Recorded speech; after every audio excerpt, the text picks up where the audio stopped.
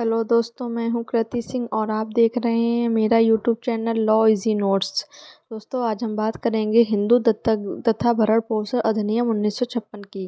दोस्तों, इसकी जितनी भी धाराएं हैं वह सब आज हम डिस्कस करेंगे और आपको सरल भाषा में समझाने का प्रयास करेंगे। तो चलिए स्टार्ट करते हैं। दोस्तों, हिंदू दत्तक तथा भरण पोषण अधिनियम 1956 21 दिसंबर 1956 को लागू हुआ था और इसकी अधिनियम संख्या 78 है। इसकी धारा 1 में इसके नाम और विस्तार के बारे में बताया गया है। इसके अनुसार यह अधिनियम पहले जम्मू और कश्मीर राज्य को छोड़कर संपूर्ण भारत पर लागू होता था, लेकिन जब से आर्टिकल 370 हट गया है तब से ये अधिनियम पूरे देश पर लागू होगा।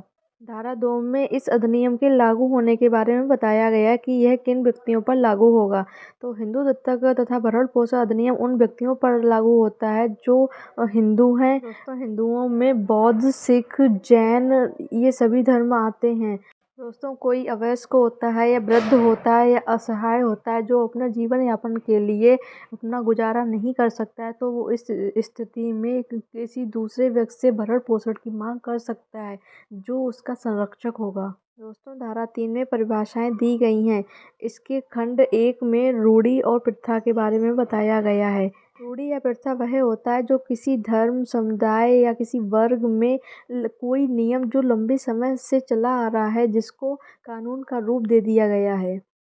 धारा 3 के खंड 2 में भरण पोषण के बारे में बताया गया है। भरण पोषण में किसी व्यक्ति की जीवन यापन के लिए जो महत्वपूर्ण आवश्यकताएं होती हैं उसके बारे में बताया गया है। इनमें भोजन, वस्त्र, आवास, शिक्षा और चिकित्सा आते हैं।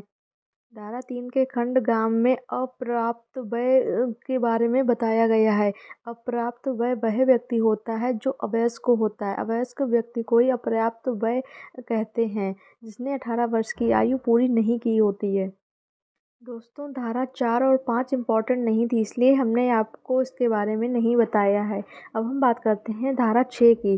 धारा 6 में दत्तक कब विद्यमान नहीं होगा इसके बारे में बताया गया है, यानी दत्तक को लेने की जो शर्तें हैं उनका वर्णन किया गया है। धारा 6 और धारा 11 दोनों में ही इसका वर्णन किया गया है। इसके अनुसार किसी व्यक्ति के द्वारा लिया गया दत्तक तब तक विद्यमान नहीं होगा जब तक कि दत्तक लेने वाला व्यक्ति दत्तक लेने की सामर्थ्य ना रखता हो। यदि कोई ऐसा व्यक्ति दत्तक लेता है तो वह दत्तक विद्यमान नहीं समझा जाएगा। दोस्तों, धारा 7 में हिंदू पुरुष के द्वारा दत्तक लेने की सामर्थ्य के बारे में बताया गया है। इसके अनुसार कोई हिंदू पुरुष जो पागल नहीं है या अवयस्क नहीं है वह दत्तक लेने की सामर्थ्य रखता है। लेकिन यदि कोई पुरुष शादीशुदा है तो वह अपनी पत्नी की सहमति से ही दत्तक ले सकता है। यदि वह अपनी पत्नी की सहमति से दत्तक नहीं लेता है तो वह विद्यमान नहीं समझा जाएगा। लेकिन यदि उस व्यक्ति की पत्नी मर गई है या उसे न्यायालय के द्वारा पागल घोषित कर दिया गया है या उसने धर्म परिवर्तन कर लिया तो इस स्थिति में पुरुष के द्वारा पत्नी की सहमति लेना आवश्यक नहीं होगा। एक बात और बता दें दोस्तों कि यदि कोई व्यक्ति अविवाहित है और वह दत्तक लेना चाहता है तो वह केवल पुत्र को दत्तक के रूप में ले सकता है। अविवाहित व्यक्ति किसी लड़की को दत्तक के रूप में नहीं ले सकता है। दोस्तों, धारा 8 में हिंदू नारी के दत्तक लेने की सामर्थ्य के बारे में बताया गया है। इसके अनुसार कोई हिंदू नारी जो स्वस्थ चित्त की है और अवयस्क नहीं है वह पुत्र या पुत्री को दत्तक ले सकती है। लेकिन यदि वह स्त्री शादीशुदा है तो वह अपनी पति की सहमति से ही दत्तक ले सकती है।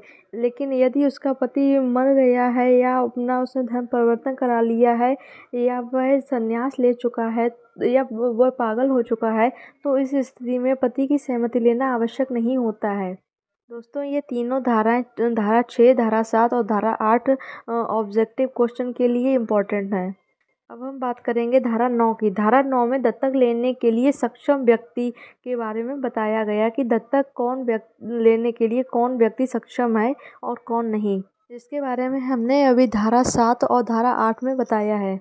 दोस्तों, अब हम बात करेंगे धारा 10 की। धारा 10 में उस व्यक्ति के बारे में बताया गया है जो दत्तक लिया जा सकता है, यानी कि जो व्यक्ति दत्तक लिया जा सकता है उसकी कंडीशन के बारे में बताया गया है। इस धारा के अनुसार वह लड़का या लड़की जो दत्तक लिया जाना है वह हिंदू होना चाहिए, वह पहले से दत्तक नहीं लिया जाना चाहिए और उसका विवाह नहीं हुआ हो और उसने 15 वर्ष की आयु पूरी नहीं की हो। दोस्तों अब हम बात करेंगे धारा 11 की। धारा 11 में और धारा 6 में दत्तक की शर्तों के बारे में बताया गया है। ये क्वेश्चन ऑब्जेक्टिव क्वेश्चन में पूछा जाता है। इस धारा के अनुसार यदि कोई पुरुष या स्त्री किसी व्यक्ति को दत्तक के रूप में लेता है तो इसके लिए आवश्यक है कि उस व्यक्ति की आयु 15 वर्ष से कम हो और जो व्यक्ति उस व्यक्ति को दत्तक के रूप में ले रहा है वह उससे 21 वर्ष बड़ा होना चाहिए। ये क्वेश्चन ऑब्जेक्टिव पेपर में पूछा जाता है। इस धारा के अनुसार 2 या 2 से अधिक व्यक्ति किसी एक ही व्यक्ति को दत्तक के रूप में नहीं ले सकते हैं। और इस धारा में ये भी बताया गया है कि दत्त हमम का किया जाना दत्तक की विधिमानता के लिए आवश्यक नहीं होगा। दत्त हमम एक प्रकार का समारोह होता है। दोस्तों धारा 12, 13 और 14 इम्पोर्टेंट नहीं है, इसलिए हम इसके बारे में डिस्कस नहीं करेंगे। अब हम बात करेंगे धारा 15 की।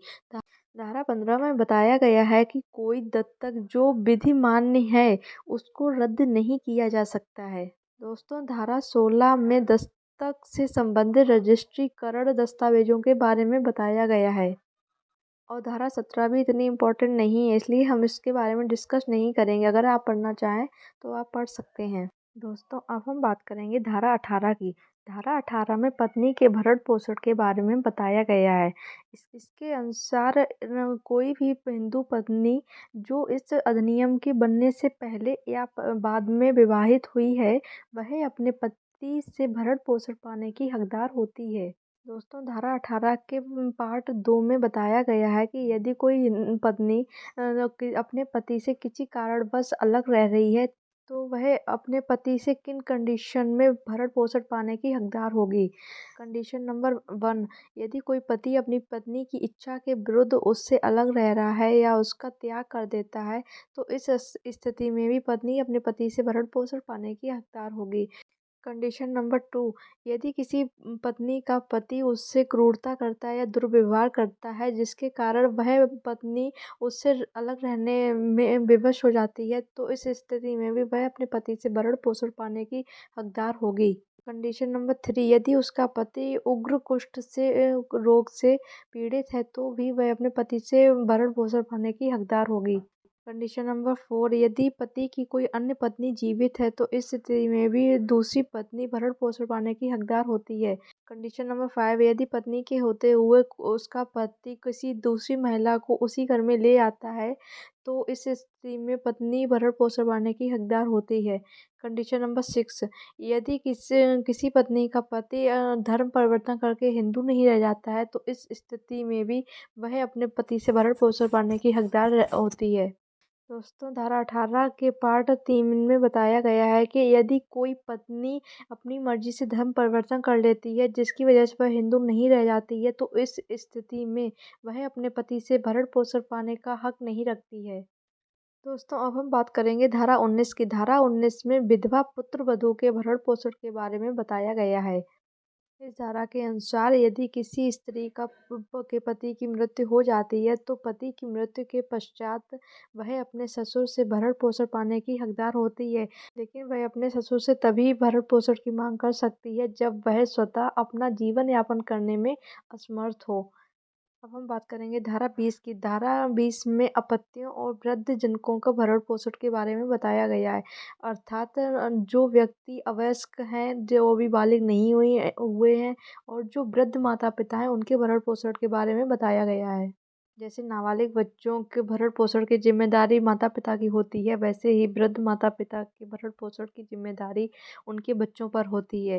लेकिन जो बच्चे अधर्मज हैं वे अपने माता पिता की ही संपत्ति से भरण पोषण की मांग कर सकते हैं, वह अपने पूरे परिवार की सौभाग्य संपत्ति से भरण पोषण की मांग नहीं कर सकते हैं। अब हम बात करेंगे धारा 21 की। धारा 21 में आश्रितों की परिभाषा दी गई है। आश्रित वे व्यक्ति होते हैं जिनके जीवन के लिए भरण पोषण किसी दूसरे व्यक्ति पर डिपेंड करता है। जैसे किसी परिवार में एक व्यक्ति की मौत हो जाती है तो उसके वृद्ध माता पिता, उसकी विधवा पत्नी, उसके बच्चे, वो सभी आश्रित की श्रेणी में आते हैं। दोस्तों अब हम बात करते हैं धारा 22 की। धारा 22 में आश्रितों के भरण पोषण के बारे में बताया गया है।